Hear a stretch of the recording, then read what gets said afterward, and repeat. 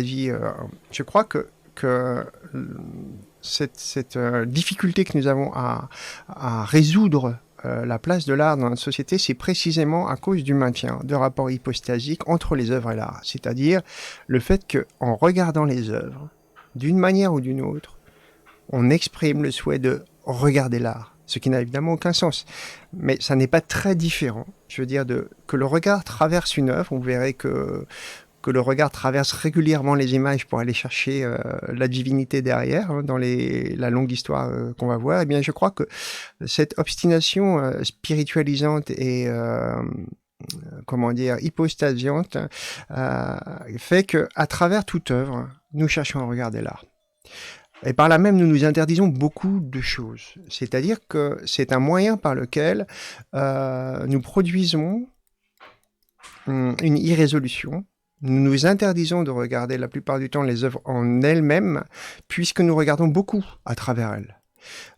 C'est vrai tout au long de l'histoire, pour pas mal de raisons. Hein. Il y a des plans théoriques qui nous y ont acculés, en quelque sorte. Je veux dire qu'à partir du moment où on a commencé, où Alberti, pour des raisons purement techniciennes, a quand même posé une métaphore malheureuse, et on va dire une métaphore qui dure, qui est celle de la fenêtre. Évidemment, le tableau comme fenêtre, c'était pour lui juste un problème de régulation de l'espace et on pourrait dire de commensurabilité, de possibilité de trouver un ordre et une mesure à toutes les choses entre elles à l'intérieur d'un cadre géométrique. Mais le mot était lâché, la fenêtre. Et si vous regardez à travers une fenêtre, que se passe-t-il ? Eh bien, vous regardez le tableau comme inexistant. Vous le regardez comme une sorte d'absence ouvrant sur quelque chose d'autre que lui-même. C'est un problème qu'on n'aura jamais vraiment pris les moyens de résoudre à travers les siècles et dont on porte encore les fruits. Et je dirais plus encore, et c'est pas qu'un problème de substance, enfin notre façon de regarder les œuvres en maintenant cette religiosité, c'est aussi un problème social. C'est-à-dire, je crois que très sincèrement, nous maintenons, vous prenez ça dans toutes sortes de grilles pour en minimiser l'analogie violente, mais essayez de me suivre un petit peu là-dessus. Je crois que nous n'avons pas renoncé à la sanctification. Je crois que les artistes sont traités vraiment comme des saints. On a à leur égard toutes sortes de manières et toutes sortes de rituels et toutes sortes d'énoncés qui les placent dans un espace décorporéisant et sanctifié. Nous n'avons pas renoncé aux reliques.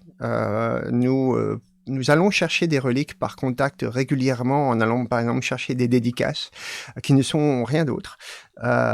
Nous avons notre espace liturgique qui est celui du discours sur l'art et celui des critiques. Nous avons nos pèlerinages qui sont les salons où nous allons regarder des artistes et puis nous avons nos miracles. C'est-à-dire que la façon dont on regarde l'œuvre et le statut qu'on lui accorde et du coup politiquement qu'on veut lui disputer avec violence parce que c'est insupportable, c'est un statut d'exception dans l'ordre des choses, d'effraction dans la loi naturelle, ni plus ni moins qu'un miracle. Voilà. Alors regardez ça dans un coin de la tête, mais ça me paraît intéressant parce que c'est cet aspect-là qui va vous faire peut-être mieux comprendre pourquoi je m'obstine à venir vous emmerder avec des images d'il y a déjà, l'histoire elle va commencer, vous allez voir, autour du 3-4e siècle de l'ère chrétienne. On va l'achever en gros vers le concile de Trente, donc c'est-à-dire à la période ultra-violente de la Réforme, enfin la période la plus chaude, enfin qui s'achèvera dans la période la plus chaude, c'est-à-dire au XVIe siècle. Et cette longue histoire, elle nous concerne, et c'est ça que je voudrais vous faire toucher du doigt. Et à chaque fois, j'espère que vous aurez en tête un petit peu ce que je suis en train de vous raconter. Qui sont des questions à la fois philosophiques, sociales, matérielles, hein, et poétiques aussi, bien sûr. Voilà. Donc le texte que je vous ai choisi, j'ai amené d'autres bouquins pour vous dire que si vous voulez en savoir un peu plus sur ce dont on va parler ce soir, c'est pas mal d'équipes. Alors le bouquin, lui, ça là, vous le trouverez pas. C'est complètement introuvable, mais